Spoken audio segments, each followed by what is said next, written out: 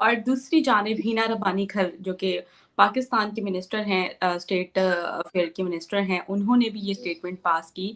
हिना रब्बानी खर ने ये स्टेटमेंट पास की है कि इंडिया जो है वेस्ट की डार्लिंग है। शहबाज शरीफ साहब ने स्टेटमेंट दी है, इस हवाले से क्या या पहले नंबर पे तो ये बताएं कि इंडिया वाले अब इस स्टेटमेंट को सीरियस लेंगे? वो यार वो पाकिस्तान को सीरियस लेना ही छोड़ दिया है। उनकी नज़र में हमारी कोई रह ही नहीं गई, कोई एक्सपेक्ट रह ही नहीं गई। वैल्यू हिना रब्बानी खार के कि हमने मुसलमानों के साथ हमारी बड़ी व्यवहार खराब है और वेस्ट के हम डालेंगे।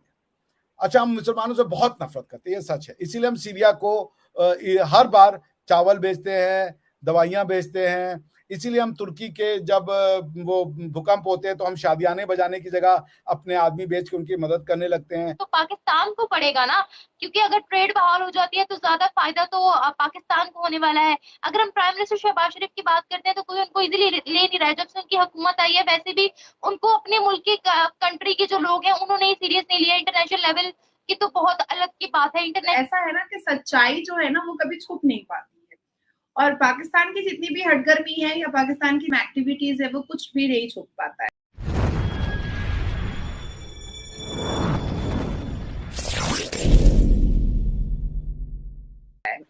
डॉक्टर साहब, हिना रब्बानी खार ने एक बयान दिया है कि आप लोग जो हैं इंडिया वाले वो वेस्ट के डार्लिंग बन गए हैं। तो आप तो बड़े देखिए, डार्लिंग तो आप पहले ही हैं, हमारे डार्लिंग तो आप है ही हैं, तो वेस्ट के भी डार्लिंग बन गए। और उधर से हमारे पीएम ने भी जो है वो बोला है कि जी हम इंडिया के साथ अच्छे जो है ताल्लुकात चाहते हैं, लेकिन पहल आपकी तरफ से हो, ये उन्होंने थोड़ा सा गड़बड़ की यहाँ पर।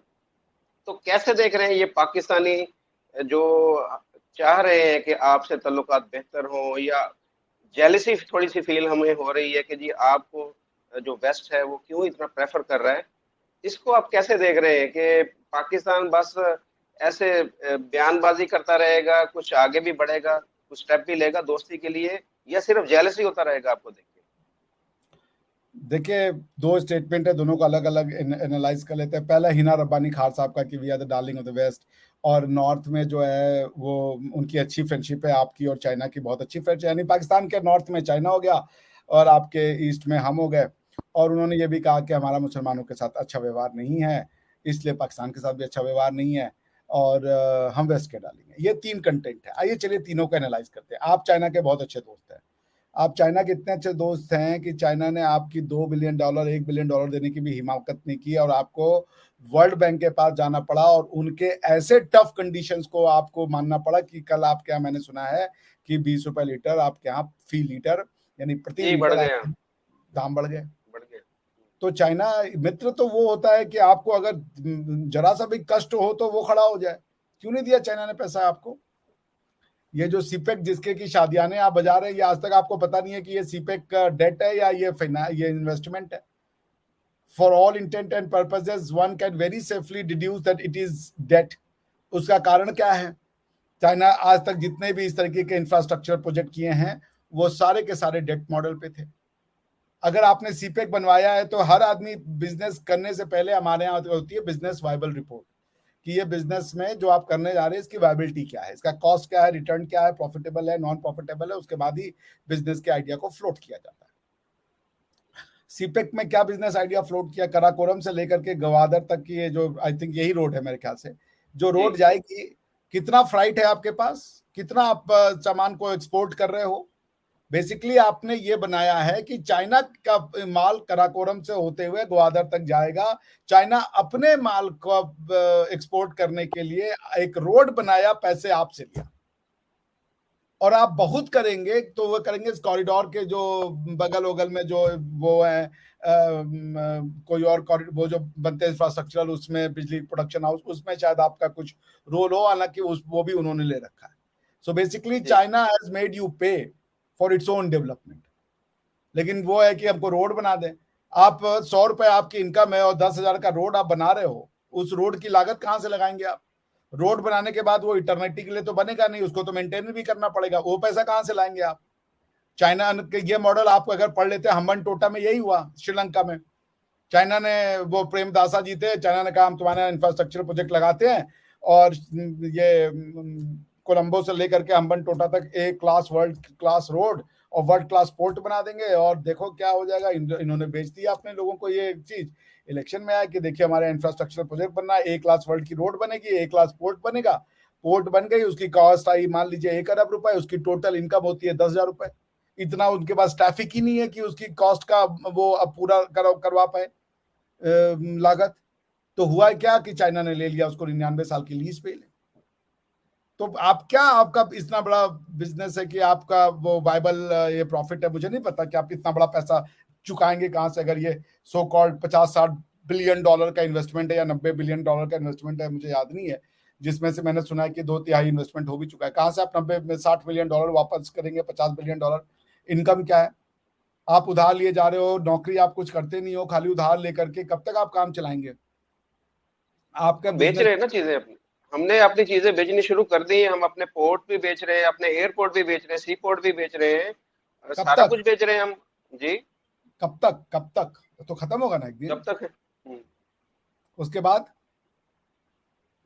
फिर देखी जाएगी फिर उसके बाद ठीक है, उसके बाद देखी जाएगी। उसके बाद वो नशा ही होता है ना, जो नशा करता है, आपको पता है कभी उसकी क्या सिचुएशन होती है। घर का जो भी सामान होता है ऐसा ऐसा करके बेच जाता है, और एंड में वो अपनी बीवी को भी बेच देता है। जब उसकी बीवी भी हो एंड में बच जाए तो उसको भी बेच देता है। जो जुआरी होता है वो भी उसका ही वही काम होता है।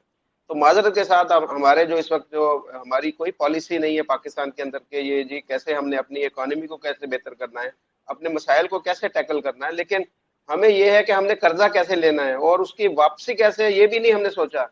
और आगे अगर सोच रहे तो ये सोच रहे कि हमारे पास ये चीज बची है, ये चीज बची, इसको बेच दें, उसको बेच दें, उसको बेच दें। तो बात आपकी सही है, एंड में फिर क्या करेंगे? फिर कुछ भी नहीं होगा पास। देखिए, इकोनॉमिक्स का मतलब होता है ऑप्टिमल यूटिलाइजेशन ऑफ रिसोर्सेज 2 तरह के होते हैं, नेचुरल और ह्यूमन, ठीक है ना। ह्यूमन रिसोर्स, इंसान को क्या बना रहे हो आप, नेचुरल रिसोर्स जो अवेलेबल है उनको कैसे यूज कर रहे हो आप, ठीक है ना। शहबाज शरीफ साहब ने स्टेटमेंट दी है, इस हवाले से क्या पहले नंबर पे तो ये बताएं कि इंडिया वाले अब इस स्टेटमेंट को सीरियस लेंगे? वो यार वो ने पाकिस्तान को सीरियस लेना ही छोड़ दिया है। उनकी नज़र में हमारी कोई रह नहीं गई, कोई एक्सपेक्ट रह ही नहीं गई, वैल्यू ही नहीं है। तो वो किस तरह आपसे बात ही नहीं करना चाहिए। वो कहते हैं यार ये तो खुद अपनी पब्लिक को खुश करने के लिए की है। नहीं सर, इसमें तो पूरी सियासत होती है ना। अब वो बात कर रहे हैं, वो जो जिनसे पैसे लेने हैं उनको खुश कर रहे हैं कि जी नहीं है, हम तो इंडिया के बड़े। लाजमी होता है कि आपके पास कोई एजेंट वगैरह तो नहीं है, इंडिया की टॉपिक होता है आपके पास। अच्छा, पाकिस्तान का कोई टॉपिक नहीं है यार। ठीक है अच्छा तो सवाल, पाकिस्तान के हवाले से भी कोई टॉपिक ले आए। अच्छा सवाल किया। अगर अब मैं आपको बोलूँ कि सर आप डेली जोन्स हैं वो गारमेंट ही सेल करते हैं, कभी आप कोई खाने की चीज़ भी सेल कर दिया करें, कभी आप कोई मतलब कोई और चीज़ भी सेल कर दिया करें, तो आप क्या आंसर?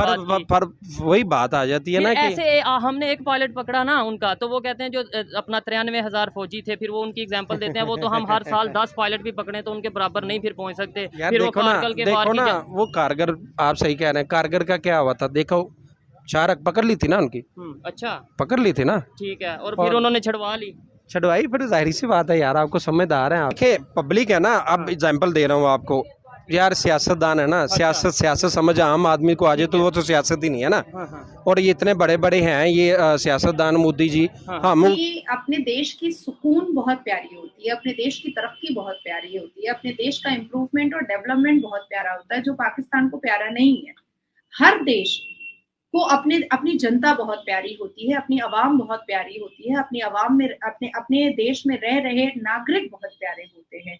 क्योंकि देखिए हमारे हिंदुस्तान का जो कल्चर है ना, वो इतना खूबसूरत है कि हमारे यहाँ नेता अपने आप को वीवीआईपी नहीं बोलता है, अपने आप को बहुत बड़ा नहीं समझता है। क्यों नहीं समझता है? क्योंकि जब से मोदी जी की सरकार आई है तब से एक चीज बहुत क्लियर कर दी गई है कि हम जनता के चौकीदार हैं और उनके काम के लिए उन्होंने हमें इस चेयर पर बैठाया है, उनका काम करने के लिए। तो उनके काम के साथ साथ देश की सुरक्षा भी आती है। अब मैं आपको आंकड़ों से बता देती हूँ, क्योंकि देखिए हमेशा पाकिस्तान में एक अफवाह चलते रहती है कि अरे हिंदुस्तान में जो है ना मुसलमान बहुत डिप्राइव होकर रखे हुए, मुसलमानों को बहुत अत्याचार किया जाता है। महज 14% मुसलमान हिंदुस्तान में, आपको पता है 85% हिंदुओं के नाक में दम करके रखे हुए हैं। मुहर्रम की 29 तारीख से लेकर के आज तक में मैं आपको बता सकती हूँ 5 दंगे मुसलमानों ने किए हैं। मुहर्रम के दिन दिल्ली एनसीआर में दंगा किया है, चलती हुई बस पे छोटे छोटे बच्चे जो थे उनके ऊपर ईटा पत्थर फेंका है मुसलमानों ने मुहर्रम की आड़ में। उसके बाद फिर मेवात में हुआ, हरियाणा में हुआ, उसके बाद फिर आपके नूह में हुआ। ये 4 जगह पर इतने भयंकर तरीके से मुसलमानों ने दंगे किए हैं, इतने खराब तरीके से दंगे किए हैं मुहर्रम की आड़ को लेकर के। हिंदुओं की शोभा यात्रा को रोका है, हिंदुओं की शोभा यात्रा पर बम गोली चलाया है, हिंदुओं की शोभा यात्रा पर उन्होंने पत्थर फेंके हैं, पत्थरबाजियां की हैं, लाठी फेंका है, गाड़ियां तोड़ी है, नूह में आग जलाया है, हिंदुओं की गाड़ियों पर आग जला दिया है, हिंदुओं को दुकान से निकाल करके पीटा है, मारा है। अब आप मुझे बताइए कि क्या हमारे हिंदुस्तान में, और ये मेन स्ट्रीम मीडिया में दिखा रहा है। इन दंगों पर हम मेन स्ट्रीम मीडिया पर बैठ करके बात कर रहे हैं। अभी आप मुझे बताइए कि कौन ये इंफॉर्मेशन देता है पाकिस्तान को कि मुसलमान यहाँ पर डिप्राइव है? कौन सा ऐसा इंसान है, कौन सा ऐसा बेवकूफ और गधेड़ा इंसान है जो ये बातें कहता है? हालांकि देखिए, मात्र एक हिंदुस्तान ऐसी जगह है जहां पर देखिए मस्जिदें इतनी खूबसूरत है, जहां पर पाकिस्तान से ज्यादा नमाजी हिंदुस्तान की मस्जिदों में जाते हैं, जहां पर इतने आप चांदनी चौक चले जाइए, मीना बाजार चले जाइए, जकरिया स्ट्रीट चले जाइए, आप मोहम्मद अली रोड चले जाइए। ये सारे ऐसे एरियाज के बारे में मैं बता रही हूँ जहां पर मुस्लिम क्राउड एरिया है, जहां पर मुसलमान रहते हैं जो आराम से बिजनेस कर रहे हैं। मात्र हिंदुस्तान में 3 to 4% ऐसे मुसलमान हैं